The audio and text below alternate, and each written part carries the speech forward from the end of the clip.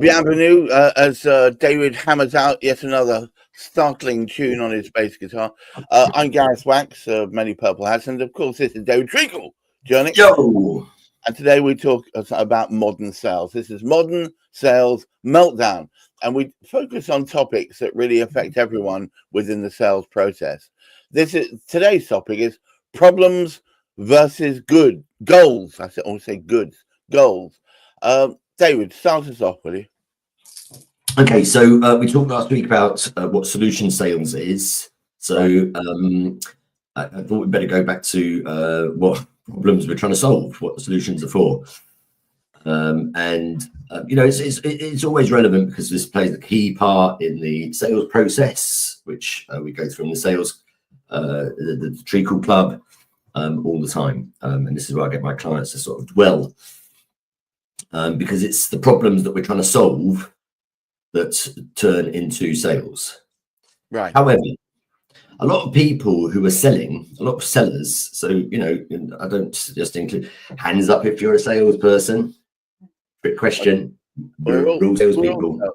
We're all salespeople if we're in the SME space anyway. So you really have to say everyone.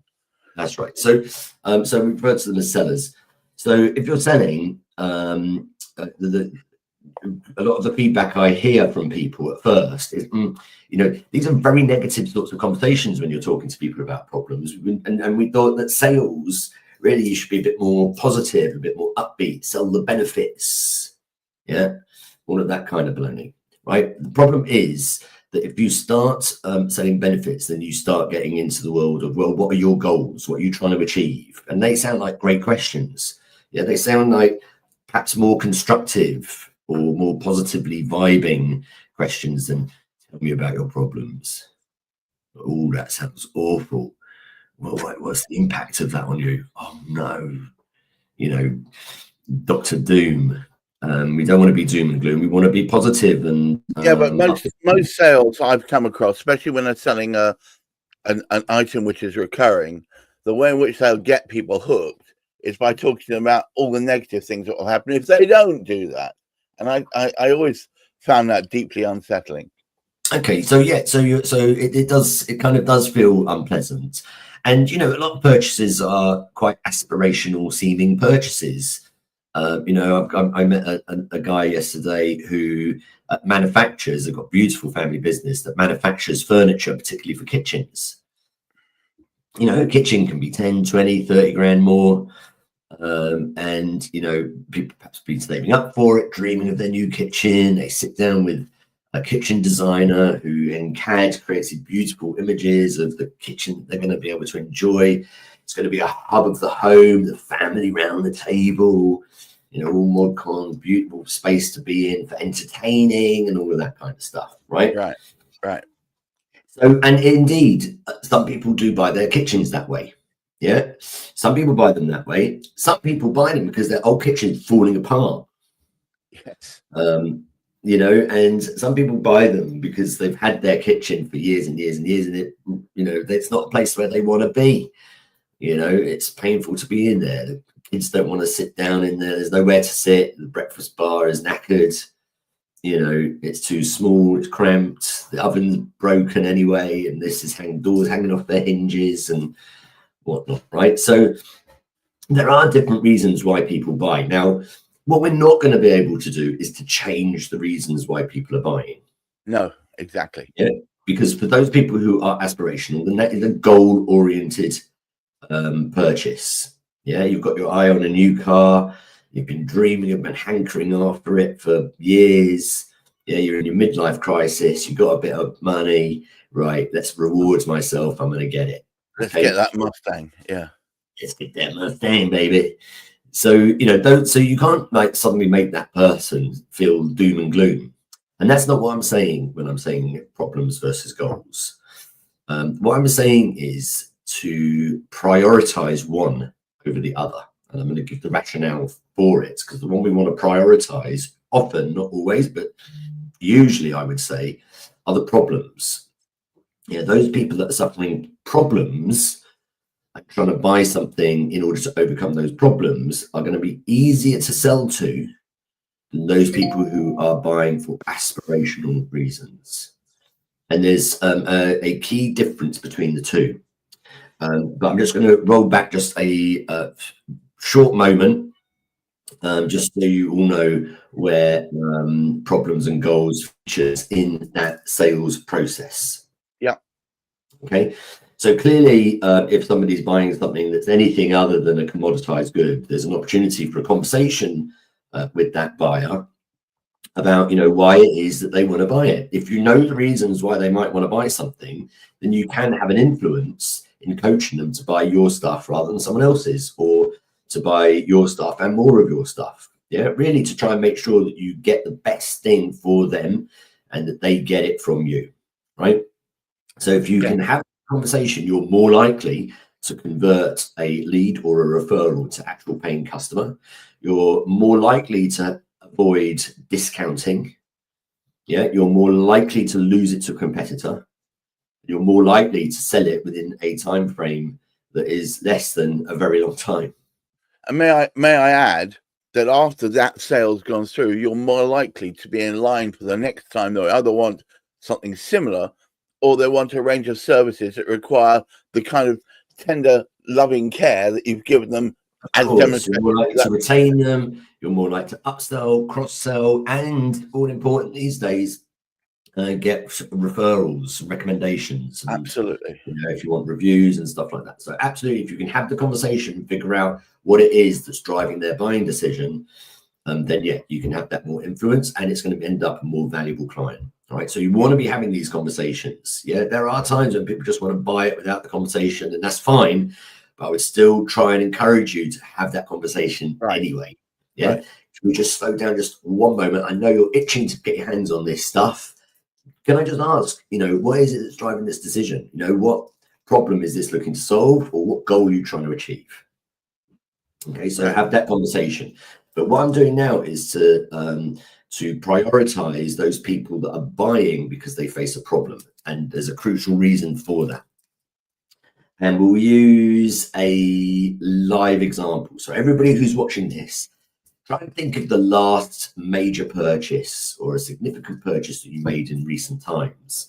And Gareth, why don't you tell us something that either you're on the verge of buying or that you have bought recently, you know, a big buying decision? Well, I'm on the verge. No, of course, I'm on the verge of buying new teeth. If anybody is on the verge of buying new teeth. Yeah, and a lot of people do. And here's the thing, right? You don't realize until you go down that rabbit hole the variance of information, of sales style. I mean, I'll give you an example. On Monday, I sat in front of a young lady who I found out later had been in a job for 2 months, and she was trying to sell me £15,000 worth of teeth.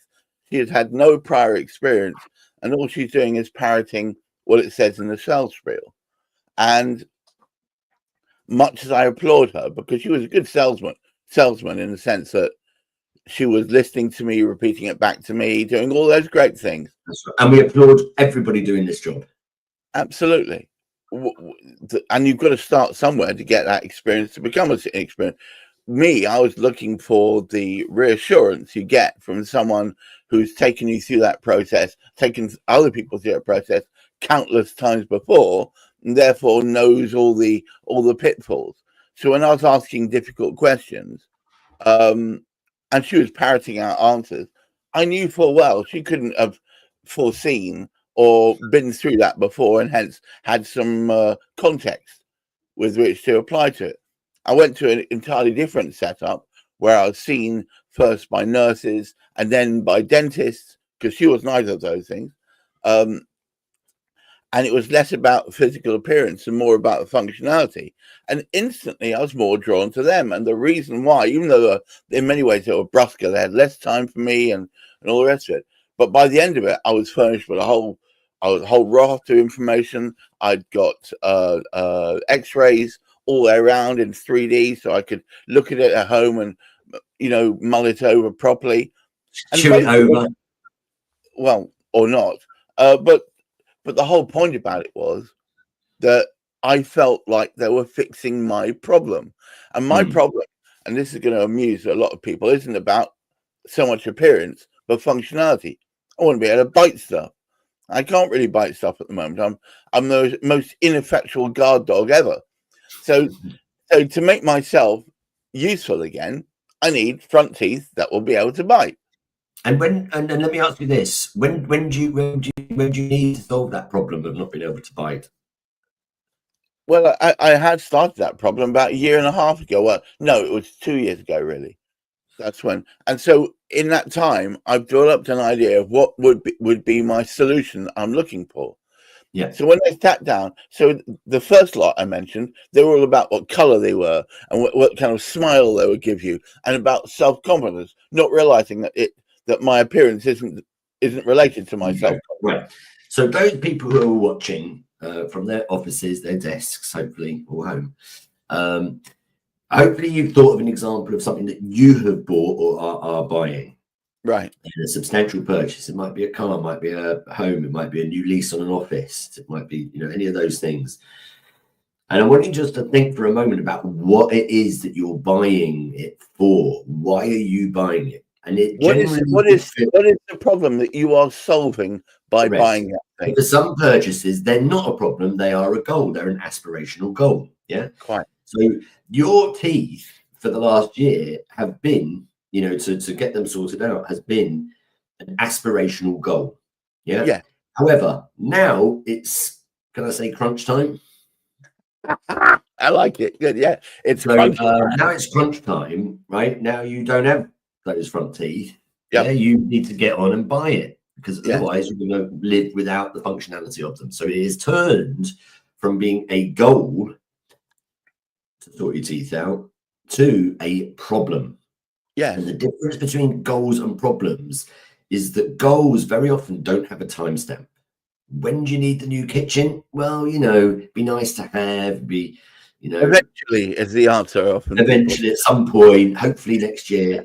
Yeah. When the doors are hanging off the hinges and nobody wants to go in the kitchen and it's destroying your family relationships and your partner's going mental for it, it then becomes a problem. When do you need to solve that? Now. By Christmas. Yeah. When you're buying a new car, if it's, trying to help you with your midlife crisis, or if it is trying to help you enjoy the fruits of all of your labor and reward yourself with that dream car that you've always wanted. You've always wanted that thing you've always wanted. How long have you lived without it? Yeah, you can live without it. Of course. Right? But at the moment where your car breaks down and it's irreparable, or it's smashed up, or it just comes in, it's starting to cost you a lot of money to keep on the road, at that point it becomes a problem that you're looking to solve. And when does that need to be solved? Well, now, quickly, really within the next month. Yeah. And if I can relate it to business services, so we've just signed a new client who's promoting somebody from within. They're promoting that dude, right? So when do they need their sales coaching start? Well, now, really, right. Before, when it was just thoughts about, we're going to promote this dude, to make having conversations. Well, at some point, we'll get them some sales coaching and that kind of thing. It's an aspiration, it's a goal. But now we can get an answer to that key qualification question. If you were to go ahead, when do you think that might be?